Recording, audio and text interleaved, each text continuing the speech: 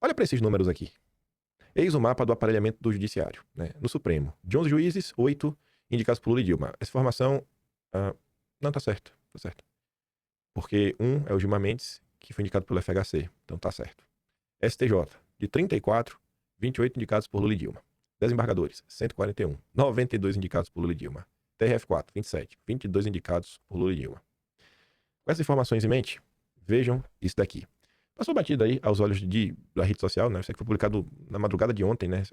Meia-noite e 6, então teve o dia todo ontem, acho que não vi ninguém comentando sobre isso. Podia ser só uma matéria qualquer de opinião, só que é a opinião do editor executivo do Globo, jornal de maior circulação no país. O risco para o Supremo não está no Senado, mas no Planalto. Aí você fica assim, tá risco de quê? O perfil dos escolhidos nos próximos anos poderá dominar o Supremo por décadas. Aí você começa a ler para entender o que é que o manda-chuva do Globo está falando. Esse é o primeiro parágrafo. Em junho de 22, a Suprema Corte Americana, numa virada histórica, reverteu a decisão do Roe vs. Wade, que garantiu o direito ao meu corpo e minhas regras nos Estados Unidos. Um ano depois, novamente por 6-3, definiu que as universidades americanas não poderiam mais usar a raça dos alunos para selecioná-los. A guinada conservadora da justiça americana não se deu depois de uma ofensiva parlamentar que tenha levado ao impeachment de seus juízes ou aumentado o número de cadeiras, como prega a receita contemporânea de desconstrução das democracias. Foi obra da fortuna e do método do Partido Republicano. Além de usar sua maioria parlamentar para bloquear a indicação do Barack Obama, e esse aqui é um ponto que ter maioria no Senado ajuda muito, se você tem maioria no Senado, você pode barrar quem você quiser. Você pode barrar quem você quiser. Mas tem maioria de verdade, né? Será que a gente vai ter? E eu falo pra vocês assim, maioria, né? Sem direita, né? Daquele jeito, né? Tipo Ciro Nogueira, né? A maioria. Mas a maioria sim, eu acho que tem. Enfim, apontar nomes ideologicamente leais e jovens que ficariam décadas na corte onde o cargo é vitalício. Bolsonaro já cantou em verso e prosa que sua maior missão em 26 é garantir a eleição de um Congresso abertamente conservador. Mais que isso, deixa claro que o foco está em assegurar, no Senado, uma maioria que permita a seu grupo enquadrar o Supremo. O som é a votação do impeachment de Moraes à frente. A preocupação é evitar o assalto bolsonarista ao Supremo. É assalto. Assalto, né? Se você eleger pessoas numa eleição democrática, é assalto. Você não pode, você está assaltando.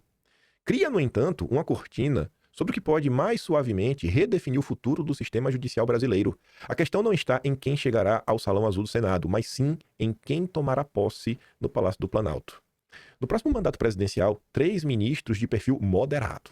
Veja quem são os moderados. Fux, Gilmar, moderadíssimo, e Carmen, só a nata da moderação, atingirão a idade limite de 75 anos e serão obrigados a se aposentar. O próximo presidente indica 3. Os 2 mais progressistas do tribunal, Barroso e Fachin, terão de pendurar toga em 33, né, que é o mandato seguinte. Depois desse grupo, as próximas saídas compulsórias só ocorrerão a partir de 2042. O perfil dos escolhidos nos próximos anos poderá dominar o Supremo por décadas. Desde o segundo mandato de Lula, o Supremo aproveitou-se muitas da omissão parlamentar. Gente, o que é? Eu ainda até hoje eu quero entender o que é omissão parlamentar. Não existe omissão parlamentar. Você não debater um assunto não é uma omissão, é uma decisão. É a decisão de que tá bom. É a decisão de você não quer mudar. Você não é omisso, você só não quer mudar. Você está satisfeito como as coisas estão. Esse é o editor executivo do Globo. Então, esse é o cara que dá a ordem da linha, né, editorial do jornal. Isso daqui é o que o jornal o Globo vai defender. É de cima para baixo. Aqui tem hierarquia. Enfim, eles aproveitaram essa omissão para adotar uma série de decisões históricas em defesa de direitos e liberdades individuais. Aí a gente vai ver que grandes decisões são essas. Temos os ministros que agora se aproximam da aposentadoria, personagens cruciais para essa agenda.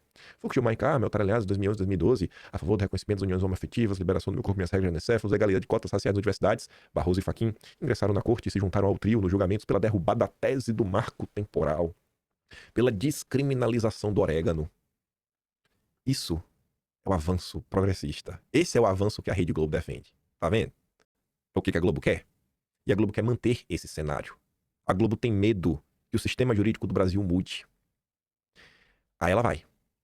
Depois ela até continua, matou o texto é longo, falando que Bolsonaro conseguiu fazer certo. O que deve ser feito? Encontrar alguém novo e ideológico. Ele coloca o papo do Mendonça. Aí termina falando o seguinte, ó, o que ocorreu nos Estados Unidos deveria acender um alerta sobre o cenário que se avizinha para o Supremo.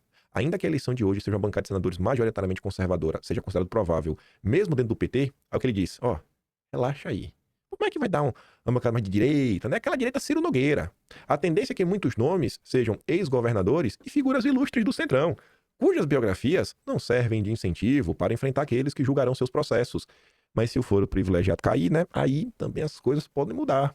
Mas se a trilha para o impeachment é assim tentada, a indicação presidencial de nomes ao Supremo é uma avenida expressa. Há 131 anos, um presidente não vê seu nomeado para o tribunal ser rejeitado. Aí o que você tem que pensar em cima desse texto? É fácil de entender porque a Globo apoia Lula. Porque o perfil das pessoas que Lula vai indicar mantém tudo como está. Mas e quando a Globo apoia um governador democrático? Quando um governador democrático passa a ser aceito, e muitas vezes até já começam a questionar se esse governador democrático já é mais preferido pela Globo do que Lula. Uma pergunta que deveria ser feita: Azema, Caiado, Tarcísio, Ratinho Júnior, qual tipo de ministro do Supremo? Qual o perfil que eles buscariam ao indicar? Porque se eles forem presidente, não tem que indicar 3. Que tipo? E seria também interessante a gente olhar, né?